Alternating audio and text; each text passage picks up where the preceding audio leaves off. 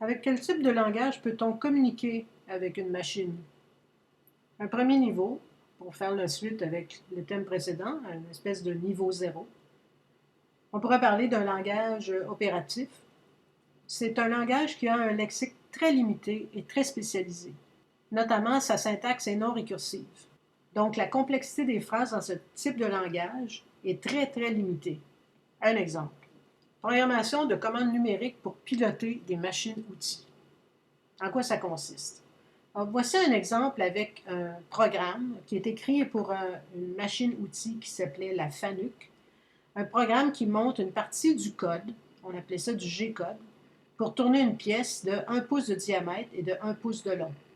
Donc, vous avez en fait un exemple de la pièce ici. Alors, pour cette machine, on a différentes instructions. Le lexique, comme vous allez le constater, est très limité et très, très spécialisé. Donc, N216, par exemple, mettait en route le contrôleur de charge de cette machine-outil. L'instruction suivante, déplacer rapidement en dehors de la pièce à tourner l'outil afin de lui donner un point de départ. L'instruction suivante définissait la vitesse de rotation de la broche. Celle-ci permettait de choisir l'outil numéro 3 dans le carrousel qui était situé à côté de la machine. Celle-ci découpait à vitesse variable, 854 pieds par minute, comme on voit ici, une grande vitesse de broche, démarrage de la broche en rotation horaire, démarrage de la lubrification. Donc un langage très limité. Deuxième niveau de langue, un niveau qu'on va appeler le langage contrôlé. Dans ce cas-ci, le lexique est limité, la syntaxe est aussi simplifiée, mais on a quand même une bonne syntaxe. On n'a pas une très haute complexité comme dans les langues naturelles, mais au moins on a une syntaxe qui est non ambiguë. Des exemples, tous les langages de programmation de haut niveau que vous avez utilisés sont de ce type d'exemple. Ce sont tous des langages qu'on pourrait qualifier de contrôlés.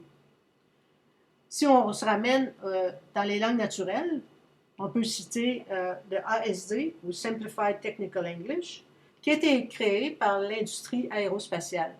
Il comporte 60 règles d'écriture et un vocabulaire de base d'environ 870 mots, dont chacun a été approuvé. Il n'y a pas d'utilisation ambiguë de aucun mot. Et en plus, les phrases, la syntaxe est très simple. Par exemple, il n'y a pas d'utilisation de synonymes. Une signification approuvée pour un mot reste cette signification tout au long de toutes les documentations. Par exemple, follow va toujours signifier come after et ne signifiera jamais obey. Un exemple d'une retranscription en anglais technique simplifié. Alors, sur la gauche, vous allez voir apparaître les phrases en anglais standard. Et sur la droite, on va voir apparaître l'anglais technique simplifié. Première phrase, donc follow the safety instructions when working on the valves.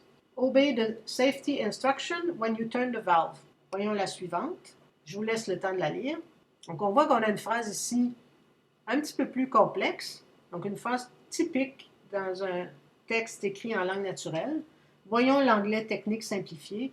Eh bien, cet anglais technique simplifié, d'abord, a divisé en deux la phrase en question, et notamment le relatif qui était ici. C'est ça qui a permis de couper la phrase en deux. Dans sa deuxième partie, on répète le mot steam, qui n'était pas répété dans cette deuxième partie. Donc, il fallait que la personne comprenne que le which ici était lié à steam. Donc, la phrase a été vraiment coupée en deux avec des mots non ambigus. Finalement, dernière phrase, toute petite, au lieu d'utiliser l'adverbe manually, on utilise une expression que tout le monde peut comprendre, de fermer toutes les valves à la main. Une dernière avant de passer au thème suivant. On a une phrase quand même assez longue pour exprimer quelque chose de très simple. Et en anglais technique simplifié, ça devient ceci. Dans le site que j'ai mentionné tout en bas de cette diapo, vous pouvez consulter d'autres exemples d'anglais technique simplifié. Troisième niveau de langue, les langages naturels. Ici, on a affaire à un lexique qui est presque illimité et qui est changeant. Donc, au cours des années, vous avez certainement vu les différents dictionnaires ajouter peu à peu de nouveaux mots. Donc, on est très créatif, très innovateur en ce qui concerne le lexique, La syntaxe d'un langage naturel est très complexe. Si c'était si simple, on pourrait apprendre des langues une après l'autre. Pourquoi c'est complexe? Pour plusieurs raisons. Au niveau lexical, on peut utiliser des synonymes. Par exemple, au lieu de parler de poubelle, on va parler d'ordures ou de déchets, ou même de vide ordures ou de boîte à ordures. On va avoir recours à des hyponymes et des hyperonymes. Alors, qu'est-ce que c'est un hyponyme et un hyperonyme? C'est ce que vous avez quand vous faites des hiérarchies de classe dans un langage de programmation comme Java ou Python. Un cheval est un animal. Qu'est-ce qu'un méronyme et un holonyme? C'est la relation qui existe entre les parties d'un objet et l'objet lui-même. Donc, un bras est une partie du corps, le toit est une partie de la maison, les pneus font partie d'une voiture. On utilise très fréquemment, et parfois même sans s'en rendre compte, des métaphores et des expressions figées ou des expressions idiomatiques. Paris est un véritable océan. Bien sûr que Paris n'est pas l'océan Atlantique. C'est donc une métaphore. Courir un danger. Les pieds d'une table. Ce type est une parfaite ordure. Bras de fer entre les États-Unis et la Corée du Nord. Ce sont des expressions qui posent aucun problème à un être humain, mais qui posent des problèmes lorsqu'on veut programmer une machine pour comprendre une langue naturelle. On a des expressions multimots qui réfèrent à des concepts. Le syndicat des fonctionnaires du ministère des Affaires durables, c'est un concept qu'on n'a aucune difficulté à lire et à comprendre, mais pour une machine, ça pose beaucoup de problèmes parce que l'analyse de cette expression-là fait intervenir beaucoup d'éléments lexicaux qui vont provoquer, comme on va le voir un petit peu plus loin, des ambiguïtés. On a des ambiguïtés justement à tous les niveaux. Au niveau lexical, on a des mots qui ont plusieurs significations. On a des ambiguïtés au niveau syntaxique. On a plusieurs façons d'analyser les phrases. On a des ambiguïtés au niveau sémantique. Finalement, on doit souvent recourir au contexte pour pouvoir analyser correctement des expressions. L'expression « président des États-Unis », par exemple, ne réfère pas toujours à la même personne. Donc, si vous lisez un texte qui a été écrit en 2014, cette expression-là, elle référait au président Obama. Maintenant, elle réfère à Donald Trump.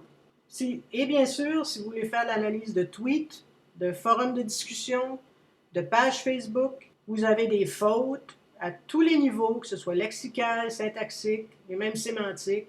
Vous avez des phrases qui sont incomplètes et vous avez des ponctuations qui apparaissent un peu n'importe où. Voyons un exemple qui est tiré du journal Le Devoir. Le monde a atteint un point de non-retour. Déjà, on a une expression qui est sensiblement métaphorique. En matière de changement climatique, a averti l'ancien secrétaire général de l'ONU, Ban Ki-moon, lors du lancement aux Pays-Bas d'une commission internationale pour le climat. Lancement. Habituellement, on voit le mot lancement avec lancement d'un disque, lancement d'un produit, lancement d'un programme. Cette fois-ci, c'est le lancement d'une commission. Nous sommes sur un point de non-retour, est-ce qu'il a déclaré lors de cette conférence qui lançait, encore une fois, officiellement la commission. Donc, on voit ici qu'on réfère à la même entité, mais cette fois-là, on n'a pas utilisé le nom complet. Mais pour un être humain, on n'a pas de problème à faire la liaison ici. La haie, avec Pays-Bas qui apparaissait un peu plus haut, on a une relation ici méronymique. Donc, une partie et un tout. C'est Pays-Bas. Dans le troisième paragraphe, on a à nouveau la mention de l'ancien secrétaire général des Nations Unies. D'une part, on a utilisé ici Nations Unies, alors qu'ici, on a utilisé le sigle ONU. On n'a pas renommé Ban Ki-moon, donc on doit faire la relation entre ça et ça. Finalement, dernier paragraphe, on a l'utilisation d'un pronom dont il faut chercher la référence. Et cette référence, ce n'est pas les Nations Unies, ce n'est pas les Pays-Bas, ce n'est pas le monde, c'est Ban Ki-moon, donc l'ancien secrétaire général de l'ONU. Revenons ici sur le mot lancement. Si on regarde ce mot en particulier et qu'on va chercher ce qu'on appelle un concordancier, si vous lui donnez un mot-clé, il peut vous retourner dans l'intérieur d'un large corpus tous les contextes dans lesquels ce mot a été utilisé. Alors, si j'en prends, ici, c'est le contexte Journal Le Monde qui contient plusieurs millions de mots. Alors, si on regarde le mot lancement, comment il était utilisé, bien, on a des lancements commerciaux, on a des lancements de campagne, on a même l'utilisation d'adjectifs, donc les lancements prohibitifs, lancement d'Ariane, lancement de la nouvelle 206, lancement d'un sondage, etc., etc., etc. Donc, ce niveau de langue naturelle, c'est un niveau très complexe et très difficile à analyser par une machine.